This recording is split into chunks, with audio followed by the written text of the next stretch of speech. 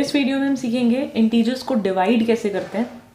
तो मान लो अगर आपके पास 4 डिवाइडेड बाय -2 है, तो सबसे पहली बात उसको हम ऐसे लिख सकते हैं और ऐसे भी लिख सकते हैं, 4 बाय -2। ये याद रखना, ये न्यूमरेटर है, ये डिनोमिनेटर है। डिनोमिनेटर में कभी भी नेगेटिव डिनोमिनेटर हमें नहीं लिखना है, यानी नेगेटिव साइन कभी भी डिनोमिनेटर में नहीं लगाते हैं। तो ये एक्चुअल में -4/2 ही है, दोनों ही सेम है, एक ही बात है।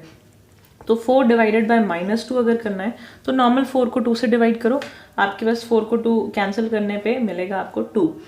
अब एक नेगेटिव साइन है तो एक नेगेटिव साइन आंसर में आ जाएगा। बहुत इजी है, कुछ भी इतना डिफिकल्ट नहीं है। प्रॉब्लम क्या है, एक छोटी सी प्रॉब्लम है, अगर आपको -4 को -2 से डिवाइड करना है, यानी दोनों ही नेगेटिव साइन है, इस केस में फिर से ध्यान रखो 4 और 2 को डिवाइड करो नॉर्मली, आपके पास आंसर आएगा 2। दो नेगेटिव साइन है, नेगेटिव नेगेटिव कैंसिल आउट होके पॉजिटिव 2 देगा आपको।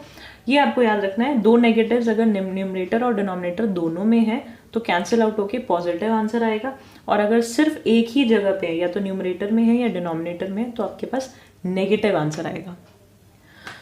अब देखते हैं प्रॉपर्टीज के बारे में।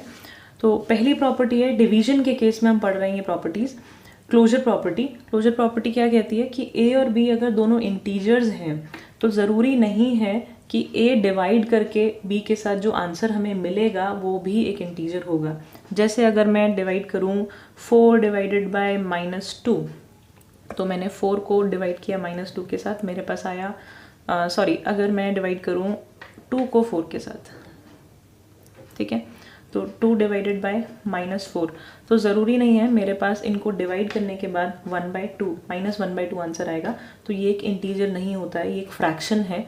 तो ऐसा ज़रूरी नहीं है क्लोजर प्रॉपर्टी के हिसाब से कि ए और बी इंटीजर हैं तो ए डिवाइडेड बाय बी भी इंटीजर होगा।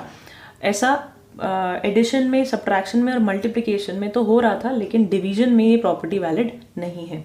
Next is commutative property.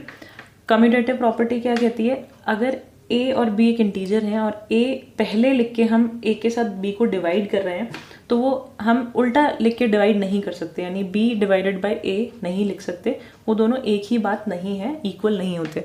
जैसे अगर मैं लिखूँ 2 डिवाइडेड बाय 4 डिवाइडेड बाय 2, दोनों का आंसर अलग अलग होगा। इसका आंसर होगा 1/2, इसका आंसर होगा 2, दोनों ही अलग आंसर्स हैं।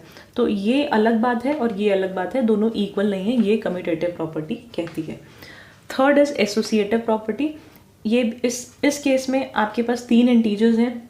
ये बोलती है कि अगर आप पहले बी और सी इंटीजर को पहले डिवाइड कर रहे हो और उस आंसर को ए के साथ डिवाइड कर रहे हो, तो आपका आंसर बिल्कुल भी इक्वल नहीं आने वाला है। किसके, ए और बी को पहले डिवाइड कर लो, बाद में उस आंसर को सी के साथ डिवाइड करो।